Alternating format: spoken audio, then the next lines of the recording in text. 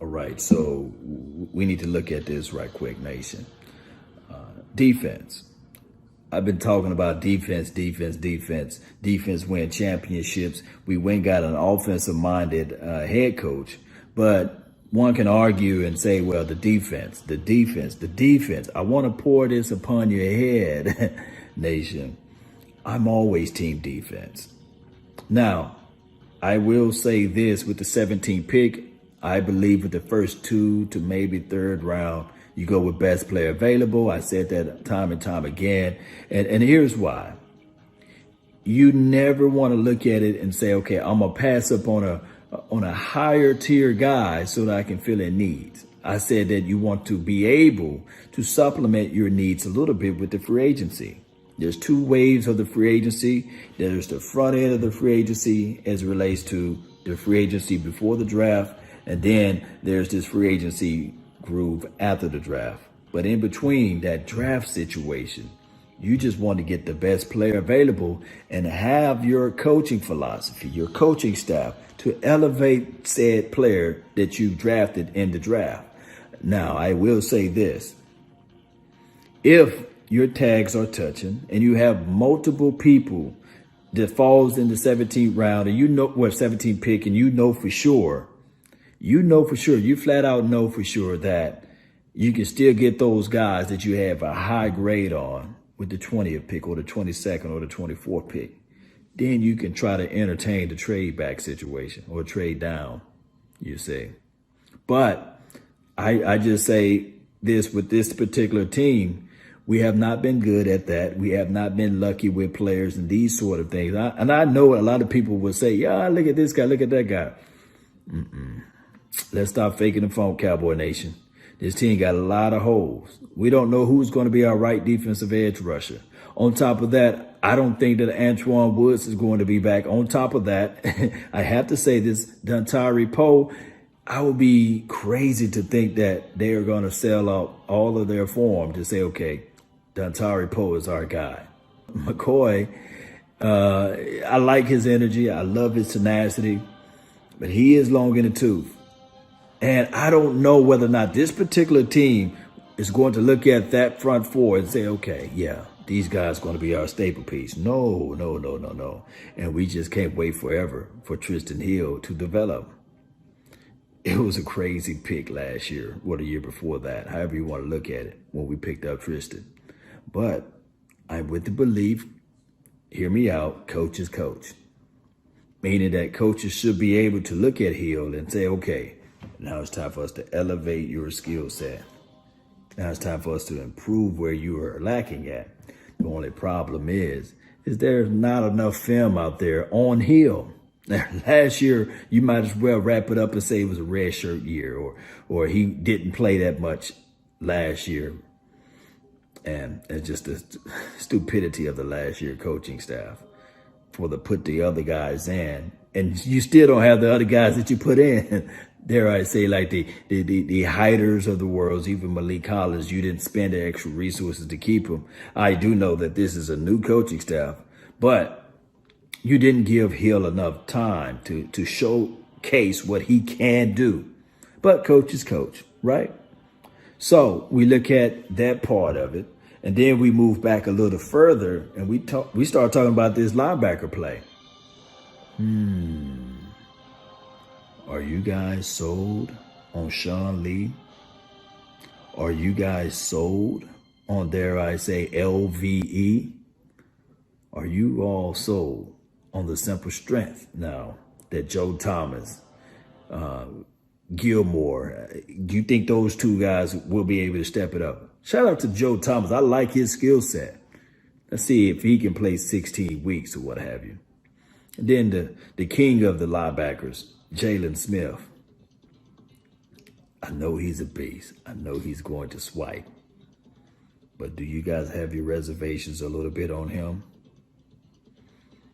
We'll find out. We will find out. All right, so cornerback play. Yes, we picked up Maurice Kennedy, but he's not the end-all, be-all. On top of that, we expecting, with great expectations, of Jordan Hip Pocket Lewis to fill in the role what Byron Jones left, right? So we thinking that, okay, he's going to be the outside corner. They just re-signed Anthony Get Down Brown. So he's going to be your slot guy, right? Slot corner. And then you will still have Cheeto Awuzie. But when we think about it, do you guys really feel that Anthony Brown is the missing link or the hidden link? Or is he going to be the guy that's going to just step up and be that end-all, be-all guy for a cornerback play in the slot? Because Xavier Woods, Clinton Dix, those two boys, I think Woods can play a little slot action. But we'll find out what this new coaching staff would like to do. Now, Clinton Dix, he's not a strong safety. He's not a safety that's going to live in the box.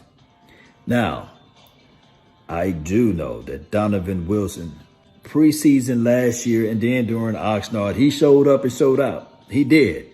He did his thing out there. Are you guys sold on him?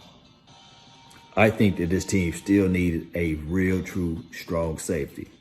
I think that in this draft, whether it be grooming somebody, whether it be, hey, let's pick up somebody to develop, they're going to aim at a strong safety, a true strong safety, unless Kayvon Frazier will step it up this year, and he's been injured for the last 3 years. Are you guys sold on that? Or Darian Thompson, dare I say? You think he's going to fill that void in that particular space as it relates to that strong safety role? See, that's why I'm saying that we need help at defense. Now, when we look at the opposite side of the ball, the offensive side of the ball, of course, that's the strong area. You got Ezekiel Elliott, for crying out loud. Tony Pollard, Dak Prescott. I know a lot of people can't stand old Rain Dakota Prescott, but he's been solid in that position. And then you have Michael Gallup, Amari Cooper. They could do this right here, grow and grow and grow. That's how I'm looking at what those guys can do. That's what I'm looking at. Nation, how do you guys feel about that? If they can grow in those spots, they can grow in those positions.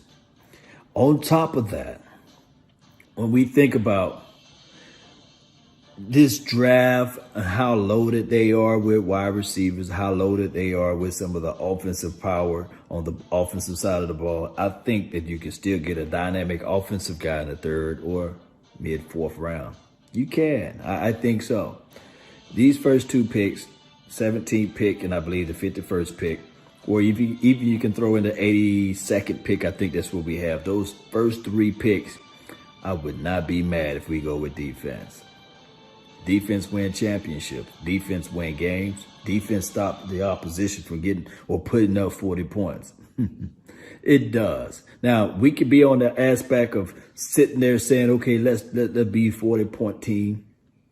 But the reality of it, those 40-point teams, they rarely exist. They rarely win Super Bowls.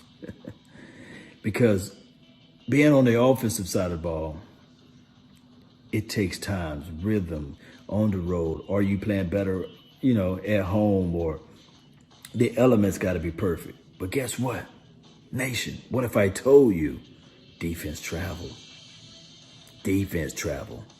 Don't matter. It don't matter whether you playing outside in the elements, whether you playing in somebody else's stadium. Defense travel, baby. Now, when we talk about this particular team, last year, yes, we had a lot of holes on special team unit. Defense didn't step up. D-Law, I know the low-hanging fruit. He didn't get a lot of sacks or what have you.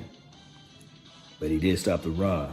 So I'm trying to see what he can do with a full workout regimen this offseason, seeing if he's going to be strong enough and ready enough to get things going. And I think that he will.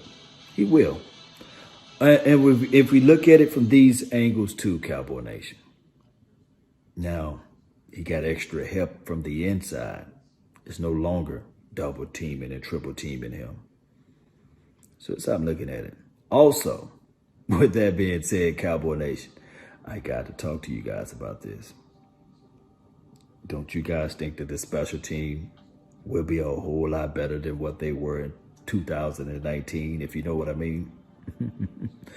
So I think that this year we'll finally have a kickoff returner guy, punt returner guy. We'll be better in so many other aspects of the special team. It would be crazy for us to think that this special team unit will be the same. It would be flat out crazy. So I just look at it like this. We will be better. We will figure out a way, Cowboy Nation. We will. So with that being said, let me know your thoughts. How do you guys feel about Tristan Hill? You got a big question mark on him. How do you guys feel about Xavier Woods? Can he play the strong safety role? How do you guys feel about Donovan Wilson? And how do you guys feel with the 17th pick, offense or defense? Post me your thoughts down below. That's been my time. I really thank you all for yours. And remember, you're listening, and I mean you're listening to absolutely nothing but the best. Let's go. I'm out. Peace. All right, let's take a deeper look at this. A lot of people think that the NFL, there's a thing called cap hell.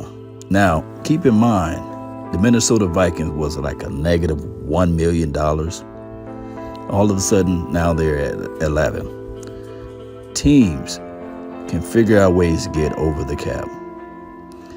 There's no such thing as salary cap hell. So I want people to get that into their mental mind and capacity.